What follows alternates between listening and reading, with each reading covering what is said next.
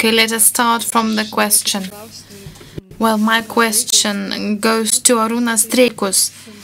Maybe there is a symbolic date. I know that it is difficult to define those processes, but when exactly did the Iron Curtain become plastic curtain? Can we make a chronological difference? Well, I think I've mentioned the year 1964, mid-60s, sorry, when Khrushchev lost his post, and the second wave of easement started. Well, my question is, what project could you consider as the most successful in the control of culture contacts? And do you think that the Red Soviet Encyclopedia could be considered the best project? Well, you have already mentioned this thing. I have not been able to analyze its reception in exile, but I think that the most successful project to that end was,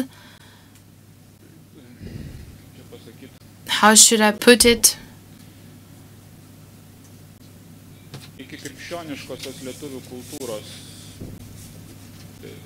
The rehabilitation of pre-Christian Lithuanian culture.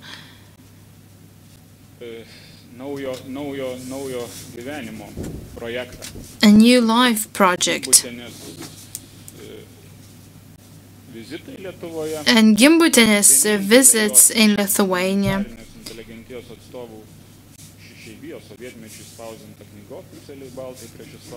And the only book about the Balts, about the Baltic tribes, I think, published in Lithuania, is the only book published of authors in exile in Lithuania. Well, other presenters used to mention about recruiting.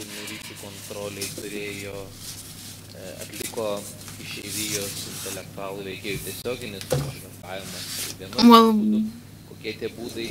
what was the role of direct recruiting of Lithuanians in exile? What was the percentage of those people who actually were engaged in agency activities? Well, I didn't have much time for that. I would have mentioned that this is one of my favorite topics, as you may know. Well, I have noted down some figures.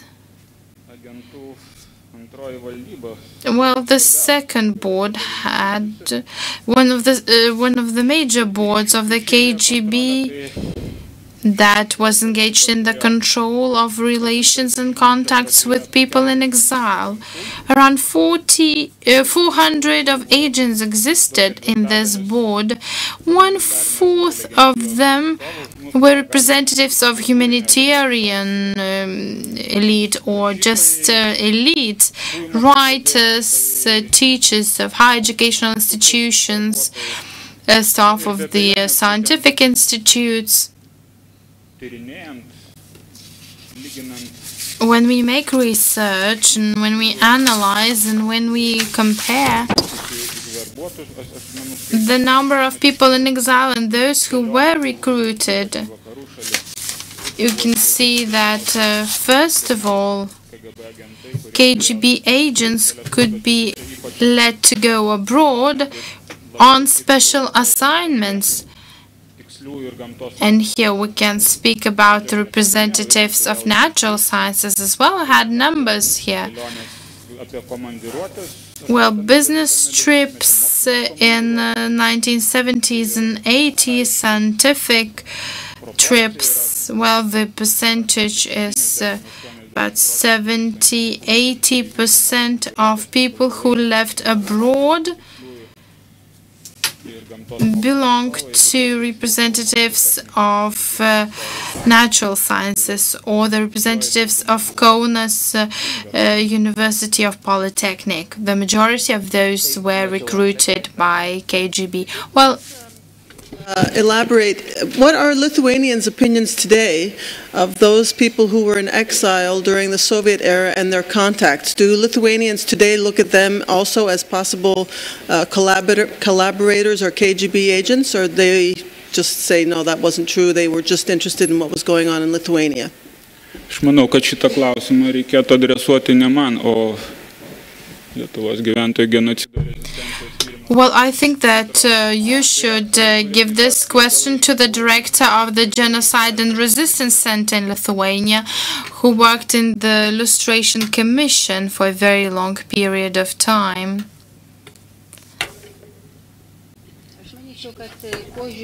I think that the attitude has been changing towards the positive side.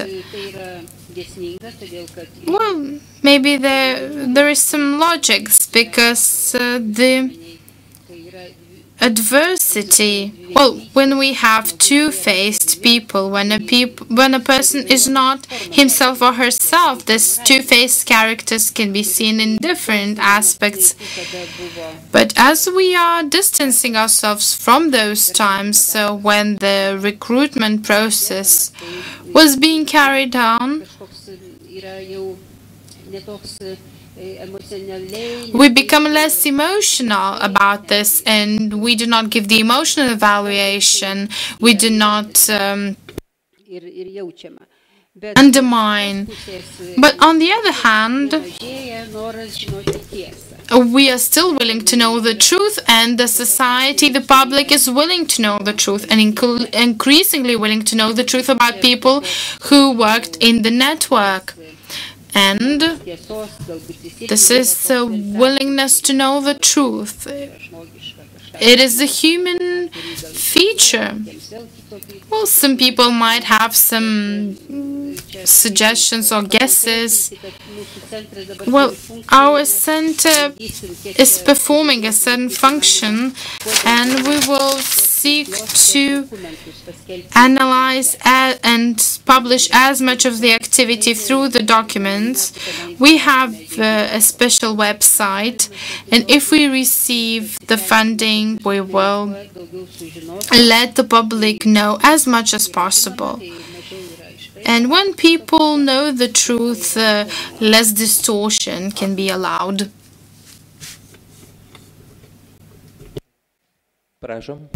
Anyone else? Well, I just have a remark on previous speeches on nomenclature and privileges. During the Khrushchev's time, there was a policy when national staff were being instilled in places. For example, our people were prepared in Leningrad and in other cities of Russia, and when they returned home, they would see that their places were occupied by some illiterate people. Therefore, certain party schools were established. This education was quite formal, just with minimum requirements.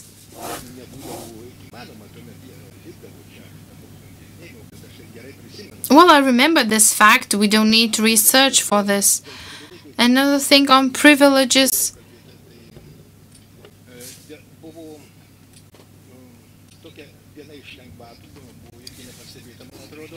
One of the things that were not mentioned by the speaker was the flats or the apartments. Well, the nomenclature, mostly from the East, they could, for example, remarry 2 or 3 times, and they could get an apartment for free without waiting in the queue, and local people had to wait for several years and to pay money in order to to get a flat. Could you switch off the microphone? Dr. Ivanauskas could probably comment, no? Thank you. Any more questions? Yes, please. The speaker is not using the microphone, the interpreters cannot hear.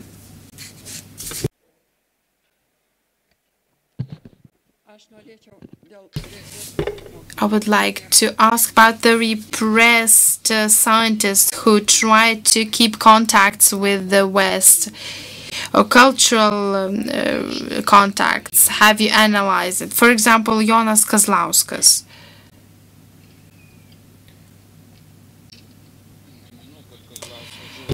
I don't think that Kazlauskas died because of his cultural ties or his scientific contacts. I don't know any other cases of people being repressed due to their contacts, scientific contacts.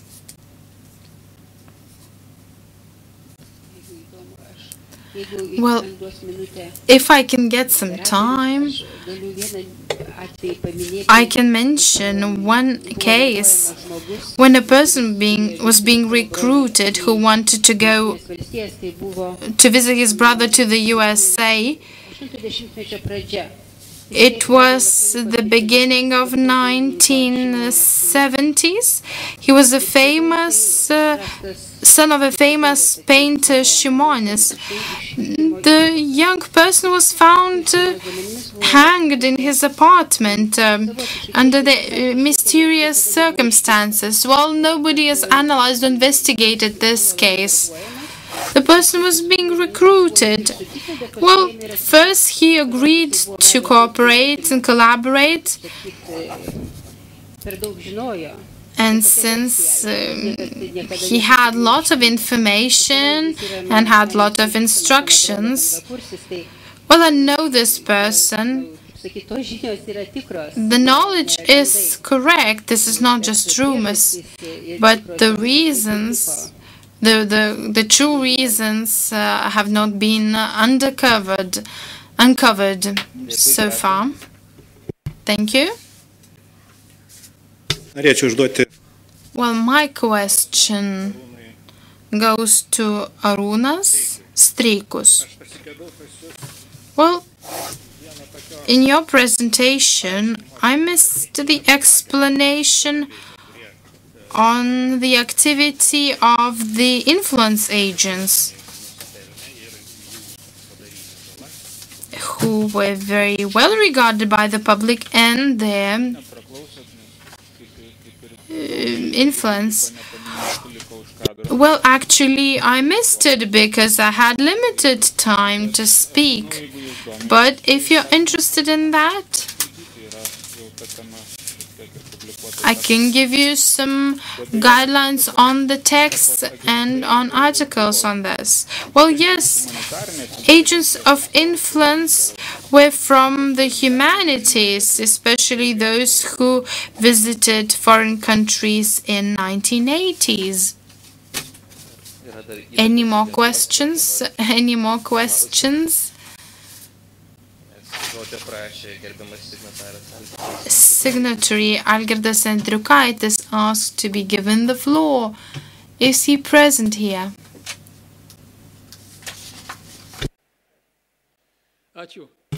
Thank you. Well, it is easy to criticize Stalin, Beria, Bartusevičius. Well, we can criticize the West, the tired Europe, but we should start from ourselves. What have we done? Have we done everything correct? Adolfas Ramanauskas' case was being investigated for so much time. I would like to offer Račinskas Commission to control or to check the activity of the prosecutor's office, because the case was being suspended and continued and suspended and renewed. Maybe we could find the ways or to analyze how a prosecution service works. This could contribute to the improvement of the activity of the apparatus. I would like to mention one case. There was Ona Petrauskaitė,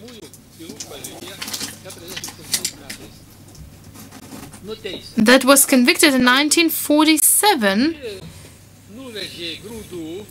for taking 27 kilograms of grain to Viduklė grain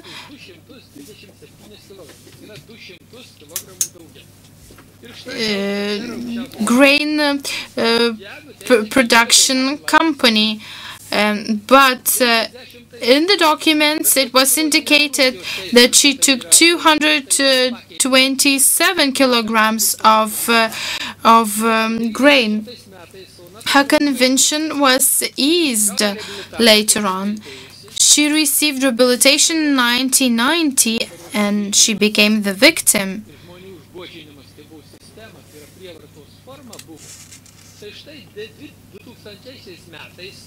In the year 2000, the Supreme Court of the Republic of Lithuania deprived her of the certificate of a victim, stating that she was convicted for stealing and for data falsification. Now the judges who made this conviction include Viktoras Eidukas, who served as a judge during the Soviet times. Another judge, Alvydas Pikelis, who also ruled this. He was also the judge of the Soviet era. Pranas Kutsonis, who today is the judge of the Constitutional Court. So my question is, what's the point in all of this? Is the point in Lithuania, in Europe, or in Brussels? Thank you for your comment. Since the office of the Parliament asked us to leave the premises by 7 o'clock, therefore I would like to thank all the speakers. I think that Mr. Račinskas will ask your question in the corridor, and since we have the separation and the division of powers, so the court is on the other side of the road. Thank you very much. We'll meet you tomorrow and we will continue.